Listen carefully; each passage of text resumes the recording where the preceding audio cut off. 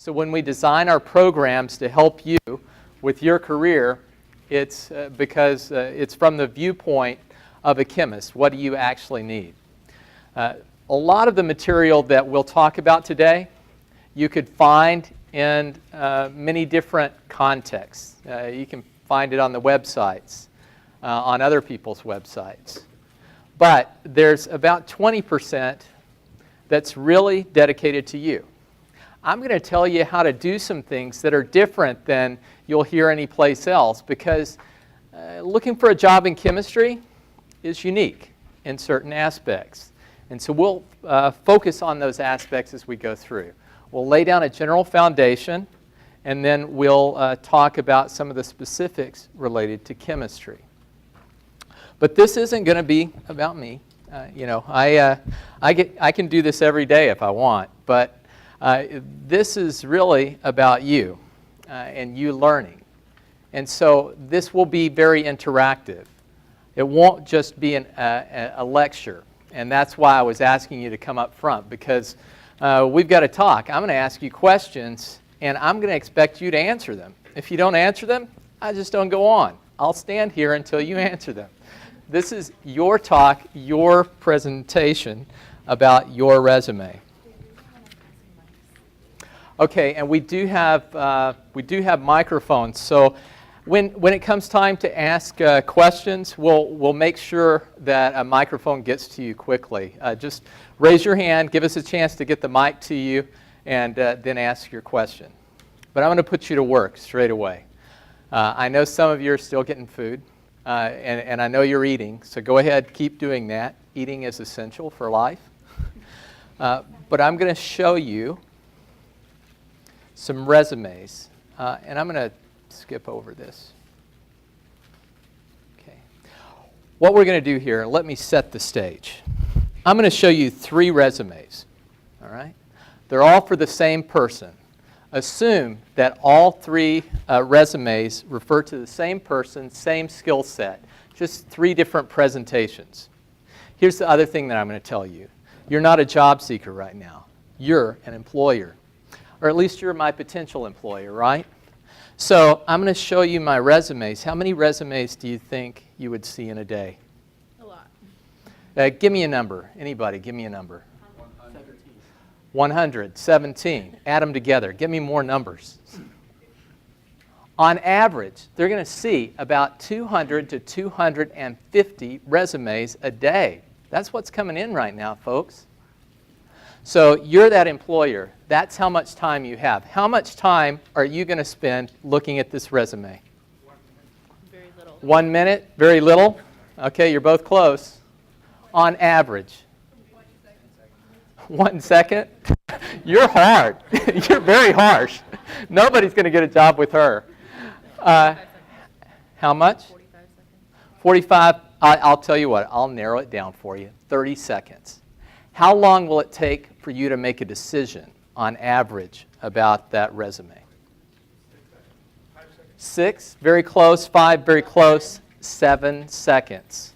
So on average, it turns out that people make the decision whether they're going to hire or not, whether they're going to consider this resume within 7 seconds. So really, if we're going to be effective with our resumes, we've got to get them in that first 7 seconds to say, this is worthwhile, and then they'll turn the page, right? So it's got to be that good. What I'm going to do is I'm going to put you in that position. You're an employer. I'm going to show you 3 resumes on the screen. I'll give you 30 seconds for each one of those resumes. Oh no, where is it? Let's go in your book. All right, so on page 3, look at Exhibit A. Do you have it? So page 3, everybody there? You have 30 seconds, go.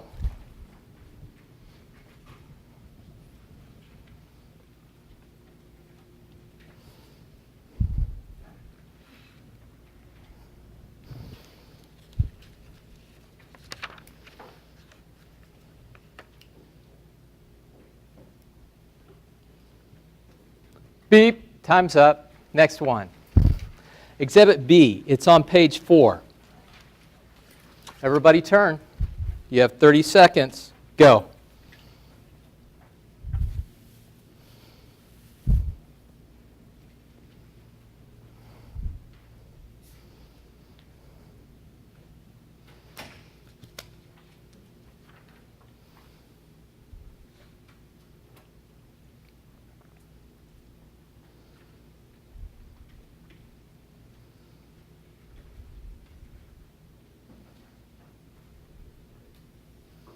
Beep, time's up.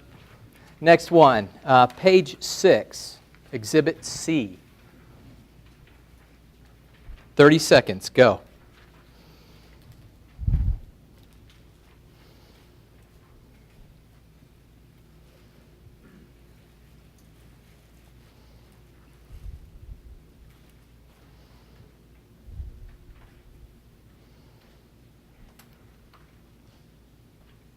Time's up. Who are you going to hire? So, how many for A? Who likes A? Raise your hand. Nobody likes A? Oh, one person likes A. Good. What do you like about A? Because, let me get a microphone. well, I just liked it because I could actually read the entire thing in the time that I had. And Okay, I saw so it was everything that was on it. I looked at it and considered it. Whereas the other ones, I didn't have time to read. so you like that it was short and Yeah, concise it on just one told me page? exactly what I needed to know right there on one page. Okay. Anybody else like A? Who likes B? B as in boy. Yeah, why? I like B because it was clearly organized, and the bullet points were descriptive but concise. Okay. Who else? You said you like B? I like B. Yeah, what do you like about B? It just has the most information that's useful, I think. Okay, so it was useful. It has more information than A, and C just has, I don't know, C seems like it has more relevant Who information. else? Who else? Thank you. Yeah. It was well formatted as well. It made sure that the bullet points were lined up, and as far as I could tell, had the most important things at the top and went less importance down from there. Okay, one of the things that you said had the most important things at the top. Anybody put together web pages? Have you put together a web page for yourself, anybody? Up the front. Yeah. What are some of the things that you think about in terms of up towards the top? What do you do? I think the most relevant things, the most important qualifications that have to do with what kind of job you're trying to get, and also a summary. A summary is nice. Okay. Well, we'll talk about some of those characteristics. But in writing, I learned to write as a scientist. And mostly what we've been talking about today was how to write for science. But it's completely backwards for what you want to do right now. For science, if the width of this diagram relates to importance, this is scientific writing. We start out with our introduction, we build our case, we tell all the experimental details, and the most important thing, the results of the experiment, we put at the very last, right? That's not how journalistic, if you pick up a general interest magazine or a newspaper, where do they put the most important things? Why do they do that? Grab your attention. Well, to grab your attention, but why is that so important? Yeah, because the stuff at the end might not even make it on the page, right? It could get culled out by the editing. Also, it tells you why you should read it. Yeah, remember, if I'm a general interest writer, a newspaper writer, I've got about the same amount of time as they're going to dedicate to your resume. I've got 7 seconds to grab their attention. So out of the whole article, that first line, that first sentence is the most important. So it's often called an inverted pyramid, which is why I drew that one the way it is. And so for marketing, And general writing,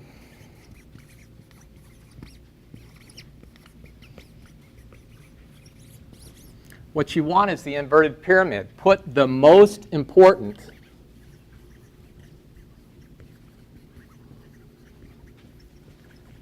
put that first. Put the other junk down at the bottom. If we're talking about a web page, the reason I brought it up, two reasons, right? On a web browser, whatever's at the top is what people are going to see when they first get to your web page. So if you don't have the important stuff there, they may not ever see it. If it's below the fold, so in a publication, a newspaper, they always talk about putting the most important things above the fold. If it's below the fold where that paper folds into, most people will never see those things because they're just going to, as they're walking by and seeing the newspaper in the stand, they'll read those headlines that are above the fold. Those are the most important. When you're thinking about your resume, you also want it to be above the fold. So it was very important that the most important information about this candidate be above the fold, be at the top. Who liked C? Did anybody? Felix, you did? We can get a microphone. What'd you like about C?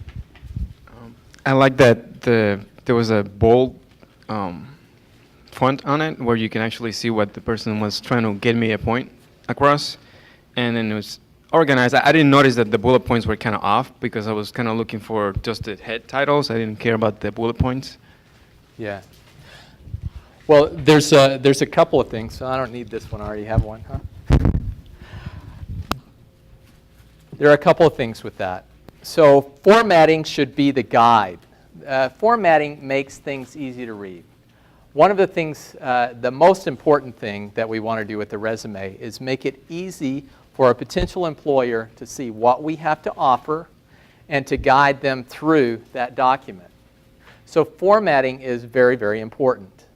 Now, I don't necessarily like C because it was inconsistent. So I'm going to go along with the vote of the crowd, the intelligence of this group of people that we have here, because you are very intelligent. In fact, you may be the most intelligent group I have ever worked with. I mean that sincerely. Maybe. It could be. I'll see. You know, I'm still judging. But there's a book out for web design. It's called Don't Make Me Think. And yeah, you've read it? Yeah, it's what it's talking about is you teach people how to read your document in the first few seconds. That's really what they're doing in the first 7 seconds. They're assessing content and they're assessing how it's laid out and if they can find it. So if you teach them how to read your document, if you set up some formatting in the beginning, you want to make sure that you carry that through and it's consistent, and you want to make sure that that formatting is clear and intuitive, that it would be similar to what they would have done if they were setting up your resume for you, because you want them to get the information very quickly. So let's talk about what a resume is. A resume is really a marketing document. That's why it's not a coincidence that I talked about the inverted pyramid and the reason it's used in marketing, right?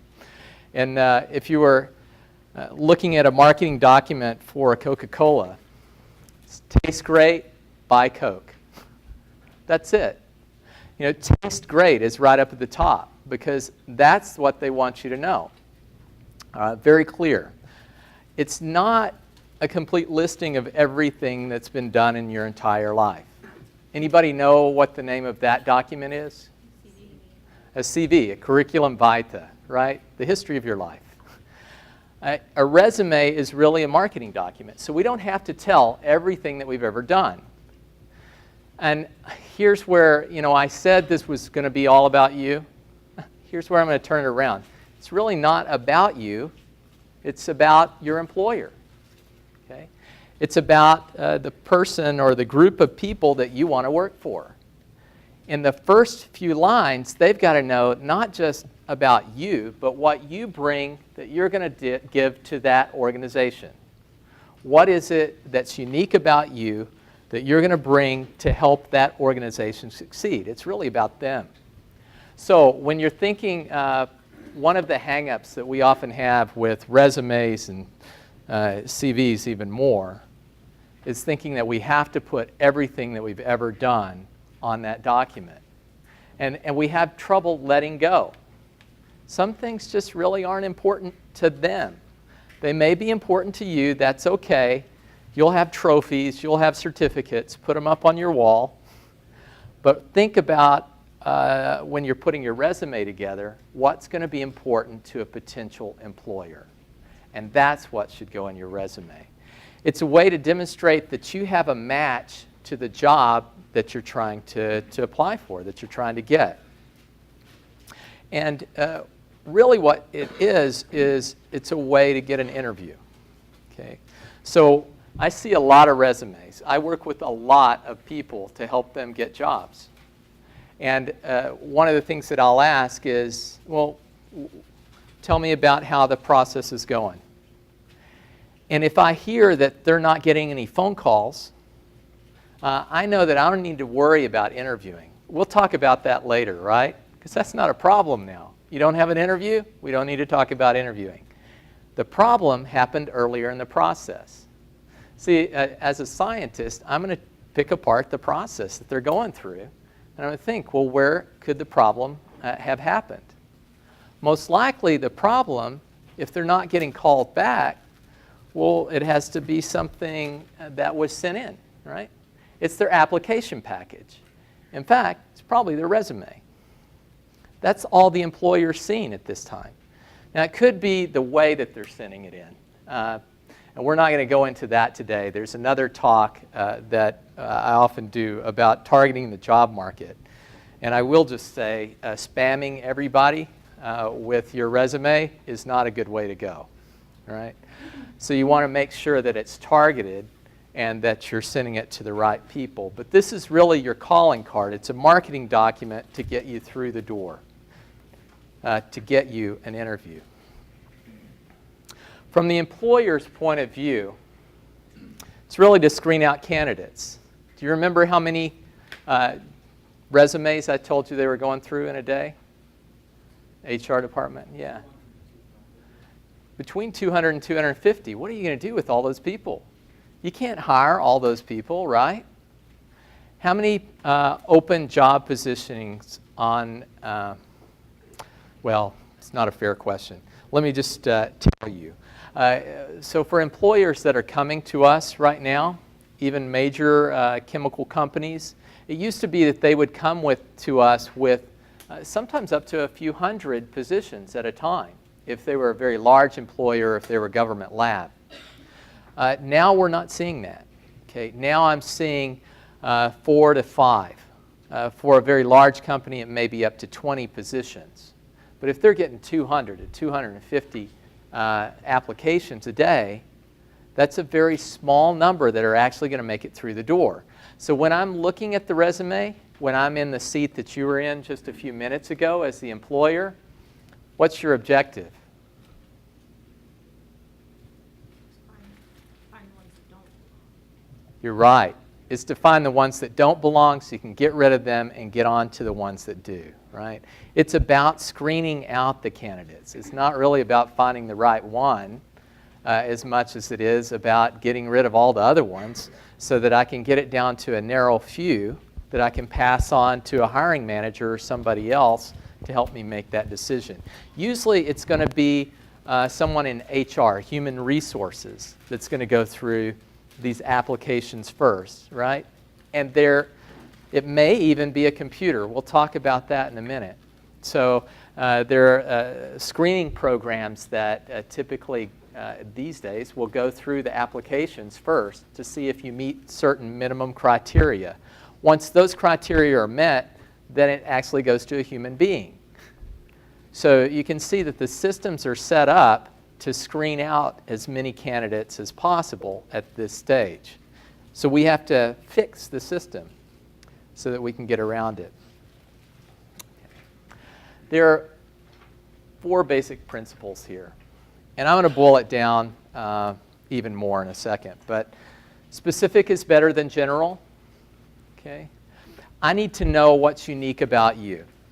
Now, I know for each and every one of you, your mama, when you were born, said that you were special, right? You're the most special in the whole world to her. But you've got to be aware that you need to be the most special to this employer, right? So you need to take into account, read through what their business is like. You need to read through the job description and pull out of that. They're going to tell you what's important to them. So you need to pull out of all the information about the company what's important to them and how do you match that level of importance that they grant, that topic that they say is the most important. Concise is better than verbose. Again, one of the reasons you said you liked A was because it was very concise, right?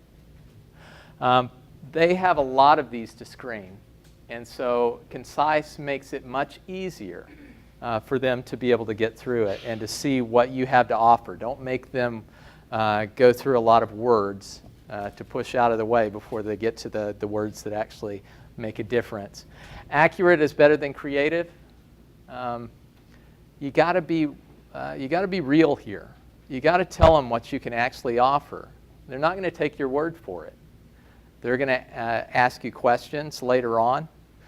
So if you have set it up so that you're just to get yourself through the door and you've done something improper, that is you fibbed just a little bit or stretched a truth, they're going to figure that out and it'll come back to bite you. So make sure you're accurate.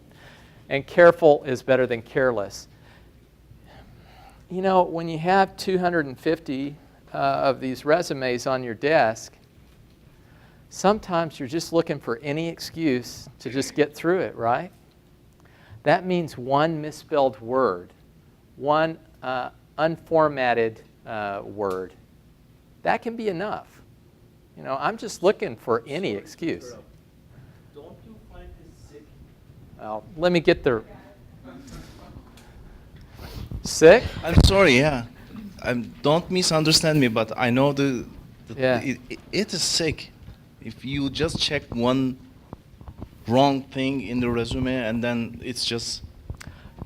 Yeah, it is sick. The system sucks. Let's just say that.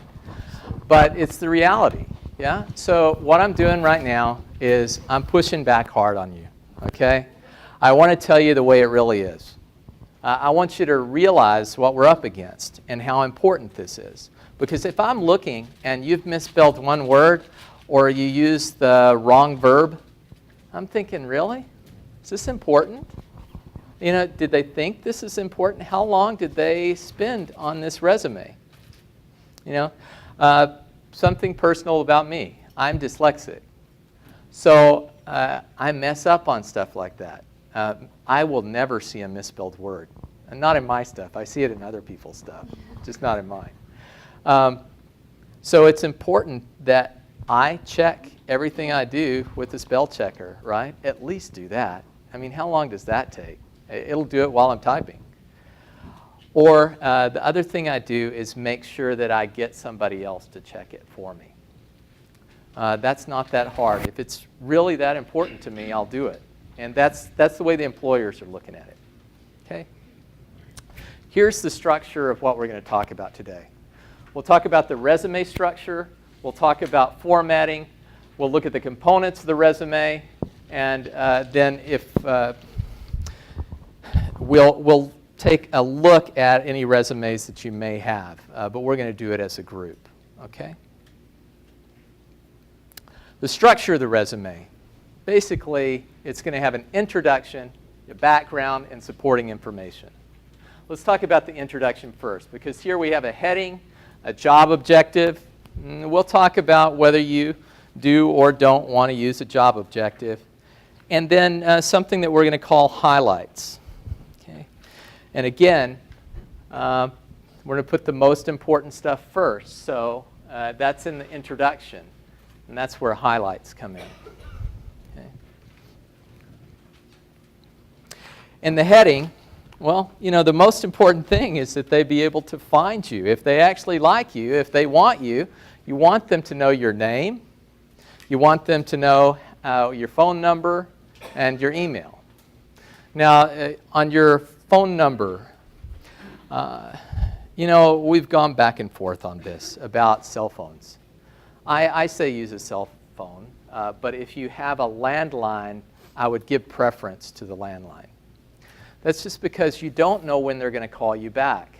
In this building, I needed to take a call earlier today. The reception's not so great in here, so I actually had to go outside to take the call. As long as your cell phone service has a good messaging service and you're sure you're not going to lose them that way, go ahead and use your cell phone. If you have any worries about that whatsoever, use a landline connected to some voicemail or answering service so that it goes to it. For many of you, you're students, right? So think about not just what your phone number or your email is right now.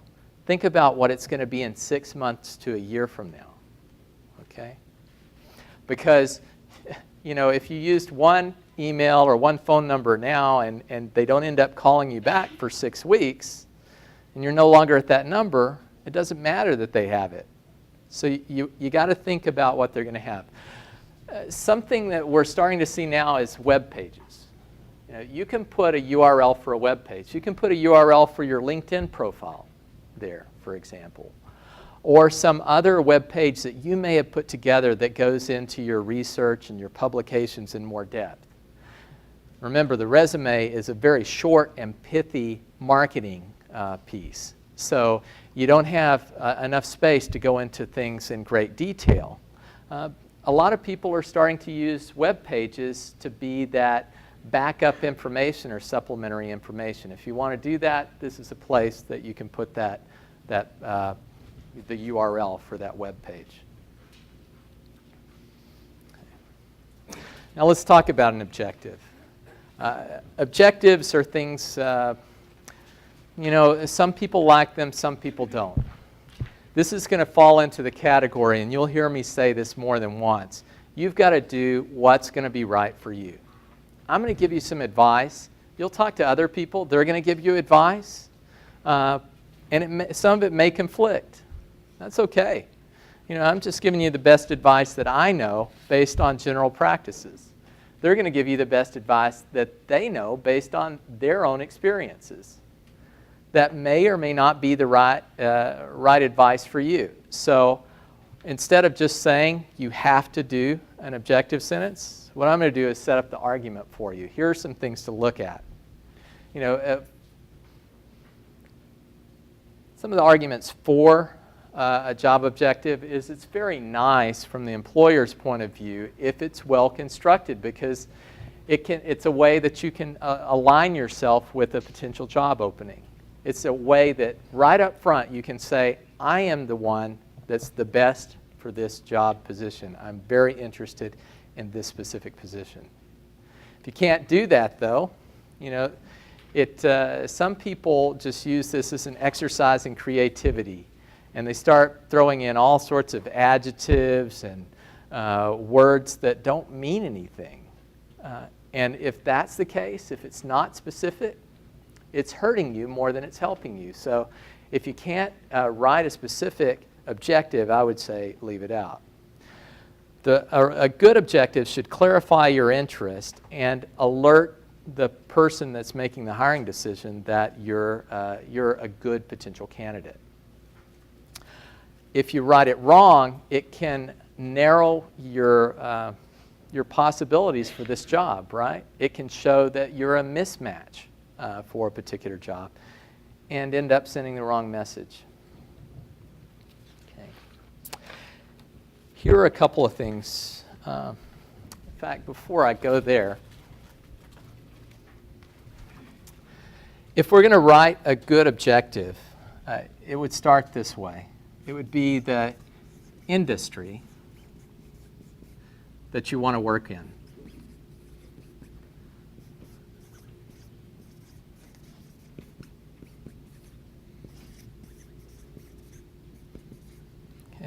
We'll also look at area of specialization.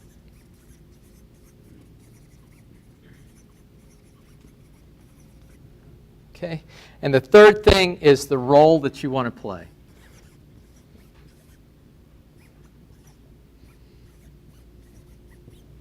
So if we have all three of these, we can triangulate on an objective, and it'll be a good statement. Okay? So you need to have the industry, the area of specialization, and the role to play. Bring all of those together. If you can do that, and you've got a good objective. If you can't do that, you may not want to use one. Here are some examples, some wrong way examples. So, first one, to join a group to research new horizons in productivity and growth. Those are all cool words. I mean, horizons, that's a cool word. Not so much. This person didn't, what do they want to do? We can't tell, right? What does that mean to them? What does it mean to me as an employer? It means nothing. A management versus research position. What do you like about that? What do you dislike about that? In fact, let's just focus on the dislike, because we already know it's a wrong way example. Doesn't really say anything. Well, it doesn't say anything. It does indicate that they want to do management. They don't want to do research. But there's a risk here. When we set it up this way, this versus that. Yeah, we're cutting this off. So we're saying, for one, we're saying we don't want research. That could still be okay, but what we're also doing is implying that this is bad. So if it's a research position, we're certainly not going to get it. Maybe that's not such a bad thing because we don't want that. But also, if the person we're applying to or the person reading values research, well, we've just negated whatever they do. The third one here does some of the same things. So, organic chemistry position in drug discovery versus other positions for organic chemists. Again, this tends to minimize those other positions and say, this is the only thing that's important. This is the only thing I would value. Right way is here. It's a position as an organic chemist taking advantage of my knowledge of medicinal chemistry and organic synthesis. So it doesn't have everything that I talked about there, but it does. The industry might be implied depending on where I've applied, because I would have sent this probably to a pharmaceutical company or maybe to a chemical synthesis company.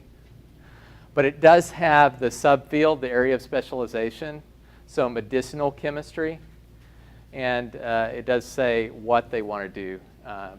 And another thing that's good here is it points to their expertise in organic chemistry. Another just a safety tip here, shouldn't be more than 2 lines long. Okay, if it's more than 2 lines long, you've written too much.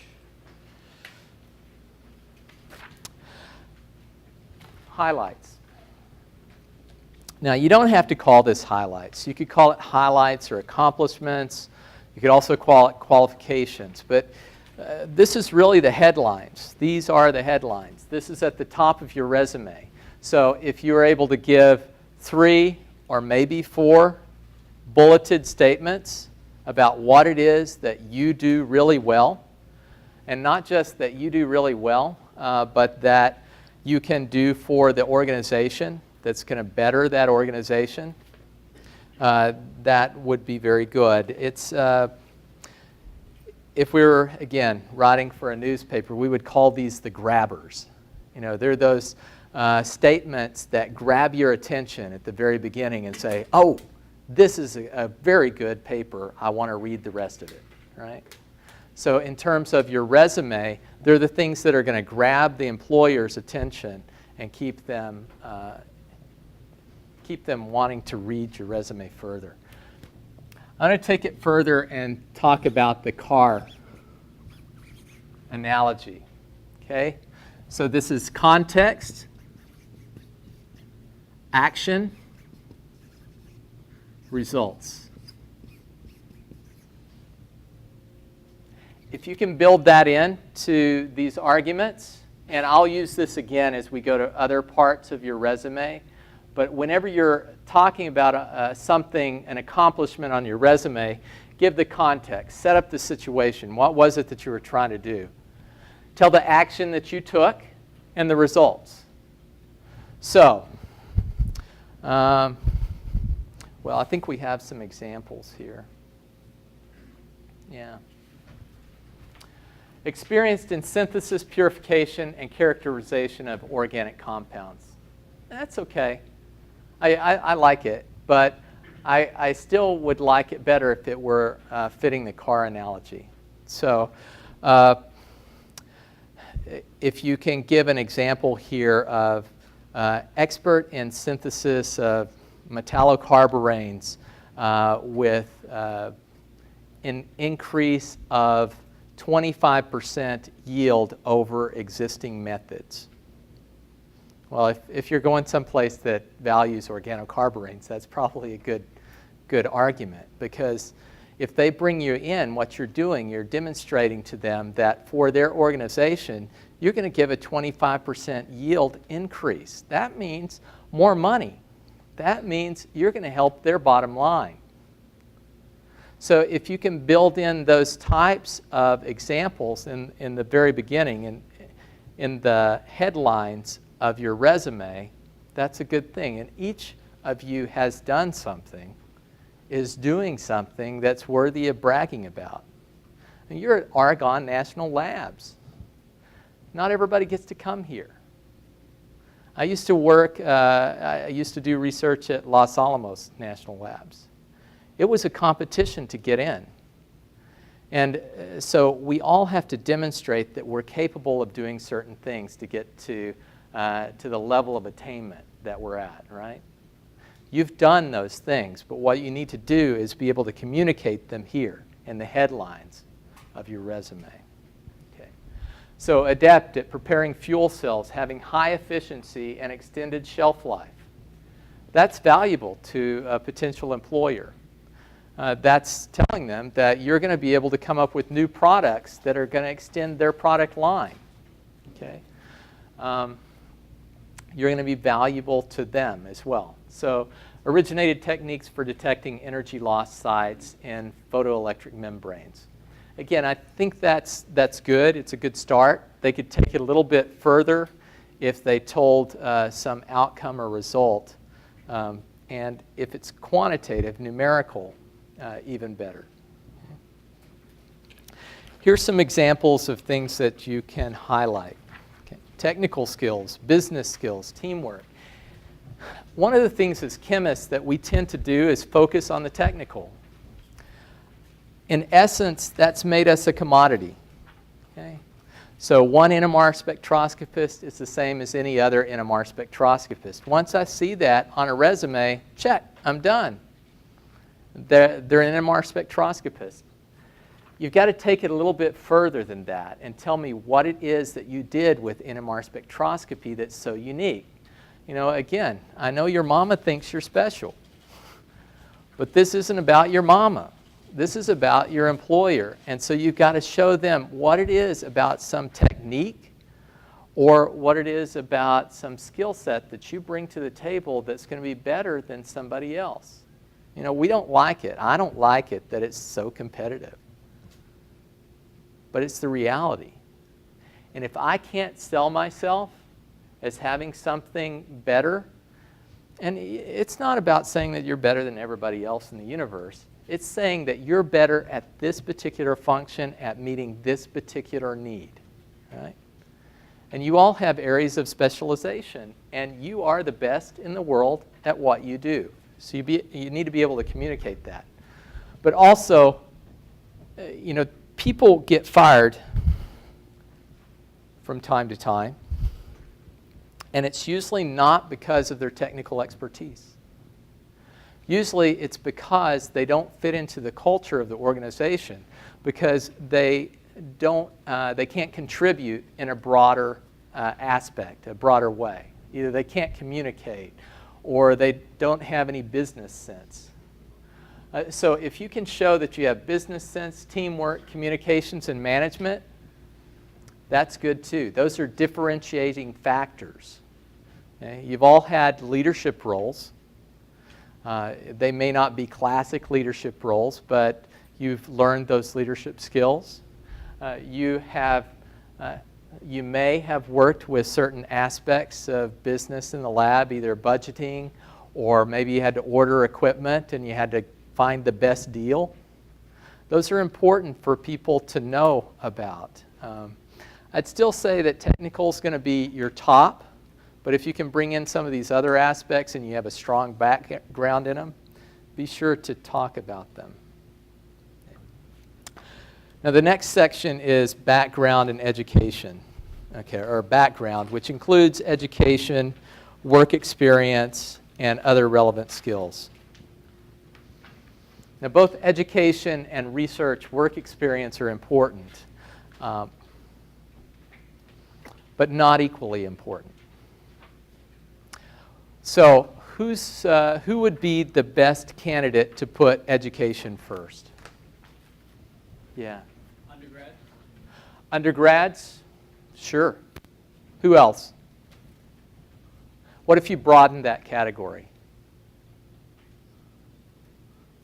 Yes. Students. So let's just go with students. And let's go with new grads. That's the most relevant thing in your life. You don't have a lot of experience at that stage. So for students and new graduates, we want to put education up front. Who should put experience up front? Who's been in the field for a while. Yeah, those people that have it, right? So if it's been a while since you've been in school, experience trumps education. You know, what you learned in school, it's not that relevant anymore. What I learned in school, not so relevant. It's been 20 years. But what's important is my experience. Yeah. What if you're in the situation where you're in school and you're at the same time working in a situation where you're getting experience? Yeah, so I didn't get there quickly enough, did I? So if you're in school and you're also getting experience, yeah, you know, a place where we always end up is with postdocs, right? So postdocs they've graduated recently, but now they're doing a research job. It's a value decision, okay? And so I'm going to lean back on the argument that I said before. In the end, you got to make the decision.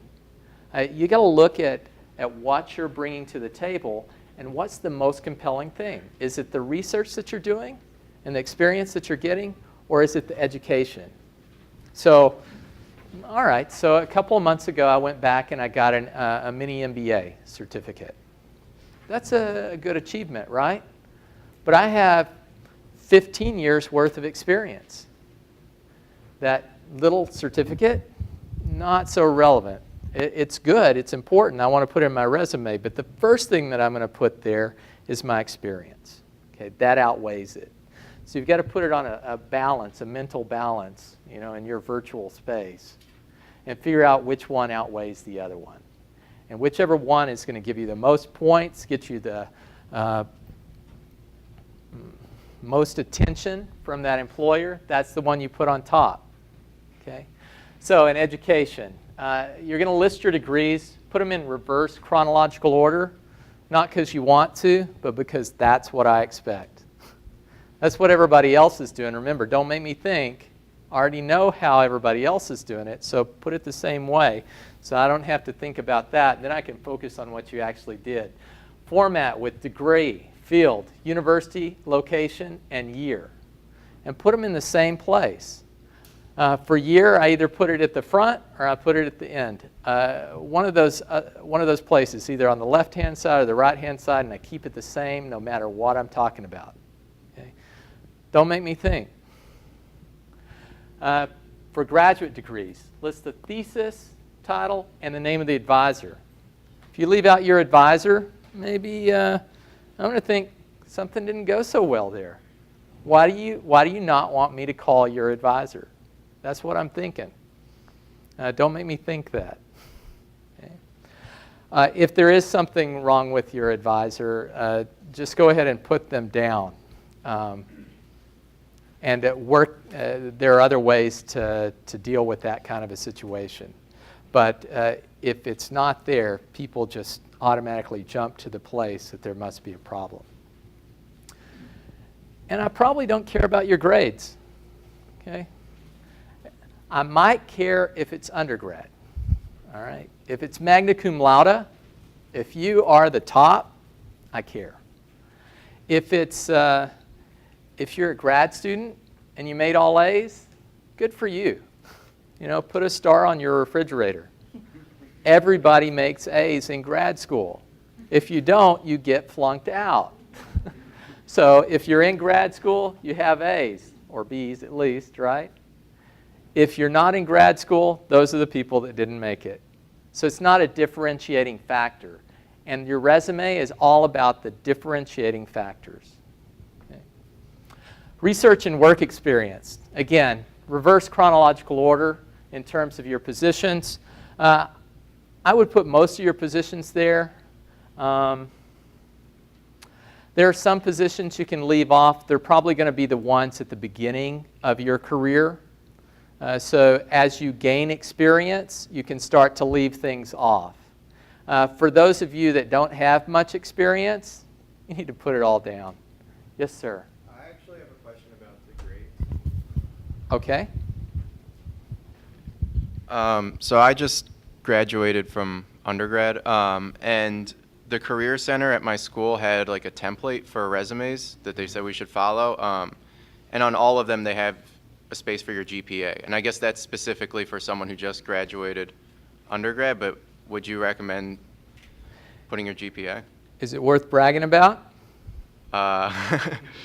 If it's worth Maybe. bragging about, do it. If it's over 3.8, Yeah. 3.85, Yeah. 4.0, No. yeah. If it's lower than 3.8, I would not put it. Again, that's your choice. Yeah. I'm not going to tell you what to do. I'm going to tell you that if it's not a differentiating factor, it's not worth it. It's not worth the space. Okay. Okay? All right. Also, you're going to, I list my postdoc twice. You can do this however you want, but for a postdoc, I put it in academic, but there I only tell who I worked with, where I worked, and the title of my research, or a description of my research, just a one line. I put it again in my experience because that gives me a chance to tell what I learned along the way. What did I achieve while I was there? That's up to you. Some people think you shouldn't double dip, but do what's going to make you look the best. Okay? Again, keep your formatting consistent, and state your accomplishments consistently. Describe impact or results. Again, here I would go back to CAR. Context, action, results.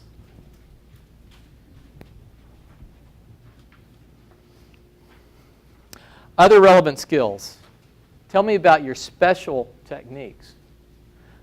Instrumentation, unusual computer programs, languages.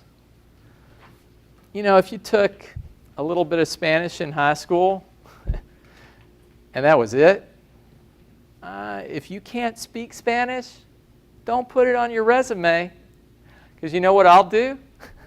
I had a little bit more Spanish.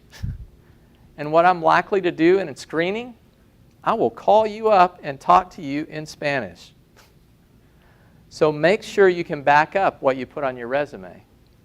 If we're talking about special techniques, they ought to be special. Special really means special. You know, don't tell me about the standard techniques that everybody can do. Now, and this is going to differ between, depending on your level of expertise, right? If you're an undergraduate, this is more important. So listing that you can do an FTIR, an NMR, HPLC, That's important at that stage. Once you get to the master's or the PhD level, I'm expecting that you're not going to be spending all that much time on the bench, or at least not analyzing samples. I'm expecting at that point that you're going to be telling me the best way to synthesize something or the best way to analyze something. And so when you're telling me about what's special about you, it should be those higher order skills, that you went to graduate school for. Show me that you can think and that you can lead a team, because that's the role that you're going to play as a PhD. But don't tell me about your instrumentation techniques. Now, on the other hand, if you're coming out with a bachelor's, well, you're going to be a very integral part of a research team, and you are going to be the one that's running those samples, right? So that's when it's important for me to be able to tell if you have those skill sets. But again here, I don't care if you know how to use Microsoft Word or Excel. That's assumed. That's not a differentiating factor. Yes? I have a question with the language portion. If you're in more of a computer field, would programming languages and things like that be included in that portion? Yeah, again, I know I sound like a broken record. I also know that you don't even know what a record is, right? I do. But if it differentiates you, if you're talking about languages that everybody has to go through to get their degree, those basic freshman courses, I don't care. That doesn't make you special. What makes you special is some specific language that you use to model protein structures, or and it may not be aware that it may not be that specific language or modeling program that I use in my lab. At my organization, I might have bought something different. So you may not want to be, you may want to show broader application. And so you could say that that you model certain types of proteins using this software. If you can use that skill in context, that's better than just saying you know how to use this computer program. Okay? All right, that gets us to the last section, which is supporting information. This is where we'd put awards and publications. We'd also put presentations, professional affiliations, and references. There's a reason why it's last. Why is that? It's not as important. Okay, so if there's a place that we have to cut on our resume, we cut from the bottom. In terms of references, I probably wouldn't put them on there. They take up space, and as an employer, if I want references, I'm going to ask you for the references. So you don't have to give those to me in advance. There's also a danger here. If I put down the references, they'll probably call them. So if you do put down references on your resume, make sure that you call your references first. Give them a copy of your resume, keep them up to date, tell them what jobs you're applying for, and you can even tell them your strengths as related to that job, right? So if a potential employer calls them and says, I'm looking at this resume for so-and-so, can you tell me if they would be able to do this? Isn't it better if the people that are going to be your references know you, know what you can do, and even know how you could do it at that organization? Yeah. The other thing is it keeps them from being a cold call, and when they get this call from an employer, they go, maybe. That's not a good recommendation. You want to make sure that you're getting a good recommendation. So talking to potential references is important. Yes? Thank you. So you're saying these supporting information are the less important. And then being in academia and I see publication is not really my experience. So are you targeting that for the industry or? Yeah, How so do we this is fit that? primarily industrial. If you're Okay. going for an academic job, you're going to do a CV. You're going to break a lot of the rules that I talked about today. That's in academic positions, you chronicle everything that you've ever done, every student that you've ever taught. I came from an academic background. I used to teach at University of Hawaii. So we can talk about that. Thanks. But still, in this case, I would put the other stuff first. Put the publications towards the end. And in this case, I would probably, that's not what's up on the screen, is it? Yeah, it is. So in terms of publications, I would probably break it out into another document. You know, what you've got to do is do whatever the academic institution that you're applying to asks you to do. But for industry in general, that's just filling up space. If you just have one or two references, one or two publications, and you have the space, it's okay, go ahead and put them on there. But if you have a longer list, then it's taking up a lot of space that you could use to advertise yourself more completely. So I would use a phrase like, I know this is way too much, but over 52, no. At your stage, you know, it may just be 4 or 5. It may just be 1. But I would qualify and put a statement in there that, you know, 3 peer-reviewed publications. And then attach another list to it. So it's not taking up room in your resume other than that one line, right? And then you can put the full list of publications and presentations in that packet that goes along with your resume and your application packet. When are we supposed to be done with this section?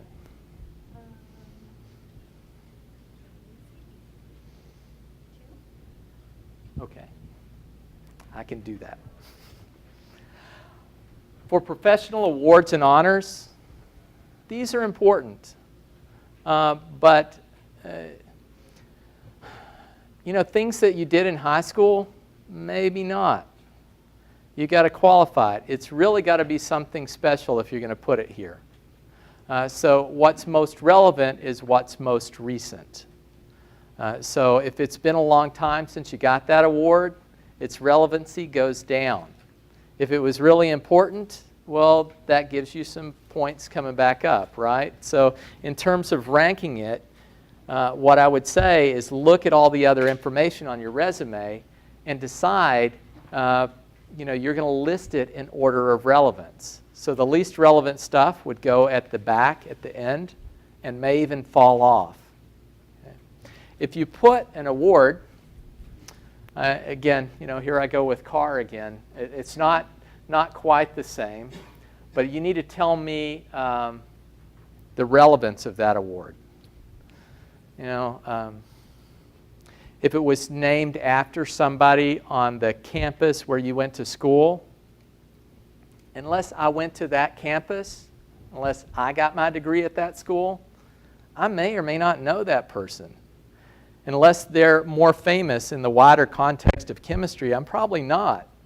So the fact that you got the Felix Rivas Award, I don't know how many people were selected in that given year. How important was it? You better give me some adjectives that go along with that to tell me that you were chosen out of all the graduate students, or you were chosen out of all of the students on campus, out of 30,000 students, to receive this award. Set some context for me so that I understand the significance of that award.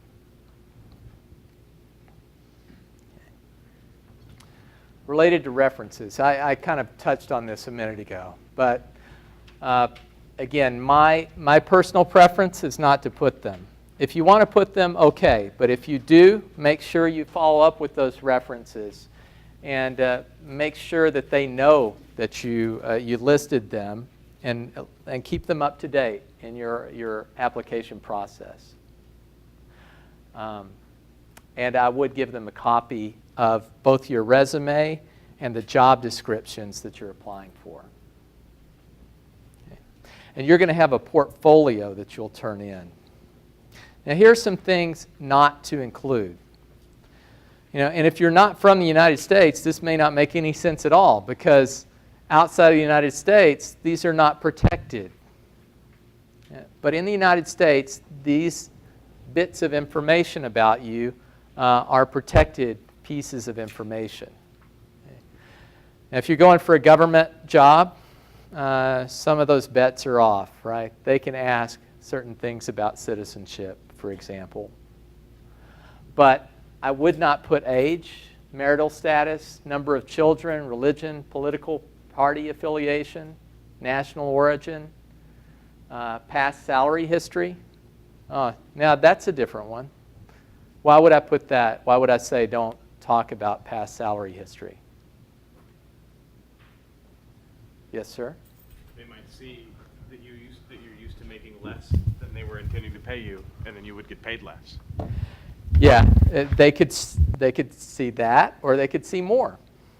Okay, today, I might look at your salary history and see that you're making $5,000 more than I have in my available pot to offer you, right? So, off the bat, since I'm looking for reasons to exclude you, what I may say is he's going to want too much and I'm not going to be able to afford it, so I'll just put that one to the side. I'm not even going to look at this application. The other side of it, what you said, was if you put a lower amount than I was going to pay, ding, ding, ding, bargain. In a negotiation, whoever gives the lowest number first, you never get to go back up. That's the way a negotiation works, right? You start with something that you want, then they'll tell you what you can have, and then you go back and forth till you get somewhere in the middle. But if you start out at the bottom, then you got no place to go except for down. Now, on a job application, they may actually ask you, and in that case, you got to tell them. But I wouldn't give them the whole history. I would give them exactly what I had to give them. So usually the last salary I got. And make sure it's correct, because they can ask you for a copy of your W-2s when you go in. So if they ask you to give what you expect, or to make a guess at what you think your salary should be, what do you use to determine what range to shoot for? I'm going to give you two answers. One, smile and say, any reasonable offer will be accepted. Okay? Really, any reasonable offer will be accepted. Again, in a negotiation, the person that gives the first number loses. So we want them to give us the first number, if we can get them to. They may not, and so you may have to give them the number. That's okay. The other thing that I would do is, as an ACS member, and I hope you're ACS members, if you're not, I hope you'll consider becoming an ACS member, because this is a member-only product. But if you go to the careers website, the www.acs.org/careers, go to salaries, and there's something called a salary comparator. It's a way you can compare salaries across within the industry, and it's very specific. You can tell them your gender, you can tell them your specialty, you can tell them what area of the country you're in and what level of the position. And what it's going to give you is in 10% percentiles. It'll tell you all those salary brackets. So you can go in and say, for somebody in South Dakota, in this position, this is what I should make. Here's the other thing that I'm going to tell you. For women, in the salary comparator, it's okay to look at what the women make, but don't say that number. Use the number for the men. Okay, which will be higher. Yeah, so this is about what you should make. So go in, put that you're a male when you're doing that, and see what salary would be recommended for a male. Hobbies, again, they just don't matter in most cases, except if you can use them to show that you have exceptional skills in some other way. So if you were leader of the polo team, the captain of the polo team, you could use that to show that you have leadership experience. If you've been involved in ACS and you were the student chapter president, that shows that you've led a team. So you can do teamwork, you have leadership. Those are things to include. But just to say that, you know, I like fishing, long walks on the beach, reading books, I don't care. Okay. So let's go back to those resumes. And let's look at B. And no resume is perfect, but this one is the one that we're going to use as the right way example. So it's on page 26. What is it, and what I want you to do is tell me what it is about this right way example that makes it the right one. Okay. Really, not all at once. I only have one mic. Anybody? We can go back to the beginning. Yeah. Okay, you want to pass that down to her, and let's go with you. Yeah. It is concise and all bulleted, and it really focuses you reading this resume, so you can read the points and you can make the decision. Yeah. It's concise. It's consistently formatted. Yeah. And so we can quickly scan the page and see what they have to offer, right? What else? Their objective is applicable. Covers all three things that you said. And their qualifications, they're listed. I think they put them in their strongest qualities first, going down. So. Good, yeah. So best qualities are right up front, and they have a good objective statement. They did the triangulation. Oh, is there one back here? Anybody else? All right. Let's look at an ineffective structure. So if you look at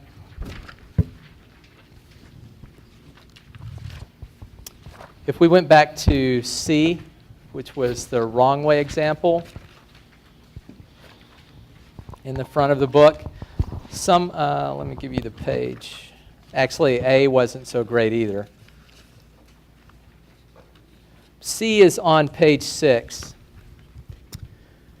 And we've got inconsistent formatting. They use several different fonts. Looks sloppy. The bullets aren't in alignment. It's all over the page, which makes me think they didn't think very much when they were putting this together. They use different kinds of bullets. And a lot of it is superficial, you might say, but it makes a big difference in the way that we interpret whether it's a good thing or not. All right. So you need to be very careful and consistent in formatting. In terms of format and style, I would say keep it to one page if you can. The more experience you have, the more you're going to need to go on to multiple pages. For new graduates, almost always one page will be enough for you. For people that are more experienced, you can go up to 2 pages, but don't go over 2. Use a standard font like Arial, Tahoma, Times New Roman, and be consistent. One font's enough. 11 to 12 point size. Leave enough white space on the page, enough empty space that it doesn't look too crowded and it's easy to read. And use design elements like bullets and bolding to a minimum. Okay. Some of the reasons I'm going to tell you to do that is because your resume may be read by an OCR program, right? Scanned in. And if you have a lot of formatting, it's just going to confuse it, and you're going to get weird symbols that show up on the page that the reviewer is actually looking at. If it's too weird, they're just going to go, I don't know what the heck they were talking about, and they'll toss it out. So what's most important is the information that you're trying to convey. So make sure that they can get that. In most cases, you're not going to use a paper resume anymore, but if you do, use white paper, off-white if you want to make it fancy, but it really doesn't matter. What you want is to have good contrast there. to make it easy to read by an OCR program if they have to. Okay. When you're using technical words, technical terms like HPLC, you may want to use HPLC and the term high-performance liquid chromatography. The reason why I'm going to say that is because, remember, a computer or an HR person is going to look at this first. So the computer only knows to look for whatever's been put in. So if the hiring manager said, I want somebody for HPLC, it'll look for HPLC. If they wrote out high-performance liquid chromatography, that's what it's going to look for. So make sure you have enough context in there that you can be found. Okay. In addition to your resume, you're going to need a cover letter, a list of references. You don't necessarily have to put it in, but have it available. Be ready. Research summary is good, especially for grad students or postdocs. A one-page description of your research with a picture or a diagram can say a lot very quickly and convey that information. I would also say to take that with you on your interview. Any other relevant marketing documents like patents, philosophies, depending on where you're planning to apply. And you can include your LinkedIn or other social media profiles. Again, I would probably put that in the header. Very briefly, what your cover letter is for is an introduction to you. If you think of the resume as a marketing document, then your cover letter is an introduction to that document. It's the why you should read this. Okay. It's also the piece that you'll use to link the job description to your resume. And they should reinforce each other. So in your resume, remember, you can have multiple documents. You can have one resume for company A and another resume for company B. You can pull out and highlight different things that are going to appeal to company A versus company B in those two different documents, right? And in your cover letter, it should be the most specific. It should be the document where you're saying, you know, you asked for this, and look, I have that. Okay. It's where you make all those matches. It's going to highlight connections. It's going to communicate your personality, your credibility, demonstrate your knowledge of the hiring company. This is where you can tell a little bit about the hiring company so that they know you actually researched them and thought about it. And it differentiates you against compared to other applicants. And this is important. Remember, I was telling you about Coca-Cola. It's tastes great, buy Coke. This is the ask. So you will never see, well, you will see them, but you won't care. If it's a good marketing campaign, there's going to be an ask, and this is the ask. What you want is an interview. So make sure you ask them for an opportunity to interview with their organization. This is the general format. You have your introduction, the body, and the conclusion. So the introduction is where you tell what you're applying for. The body is where you tell about the linkages between your qualifications and the job. And the conclusion is where you make the ask. Okay. You have an example of a cover letter there in your book. For your research summary, you're going to capture your research in a readable form. Again, not too technical because you don't know that the person that's reading this is an expert in your field. You've got to assume that they're a generalist. And a picture is great. Okay, picture or diagrams. So, again, my name is David Harwell. I'm with ACS Careers. We're here to help. That's our website. So if you go to www.acs.org/careers, you're going to find guidelines, you're going to find self-study guides, you're going to find career caffeine videos, you're going to find access to career counselors. So if I didn't answer your question today, and I know there's probably a lot of questions that I didn't answer, right? As an ACS member, you qualify for free career counseling with one of our career consultants. So go to the website and you can get that. If you had to go to the open market to get that, 1 hour of a career consultant's time is $300. So the price of membership, especially student membership at half price, is well worth that 1 hour. And you'll get more than that. Okay. Also, I wanted to tell you acswebinars.org is a place that you can find out about webinars that we run weekly. Next Tuesday, if you liked what you got here, this is an introduction. I'll be online with Val Cook, who's one of our very experienced career consultants. And if you've got questions, well, we hope we have answers.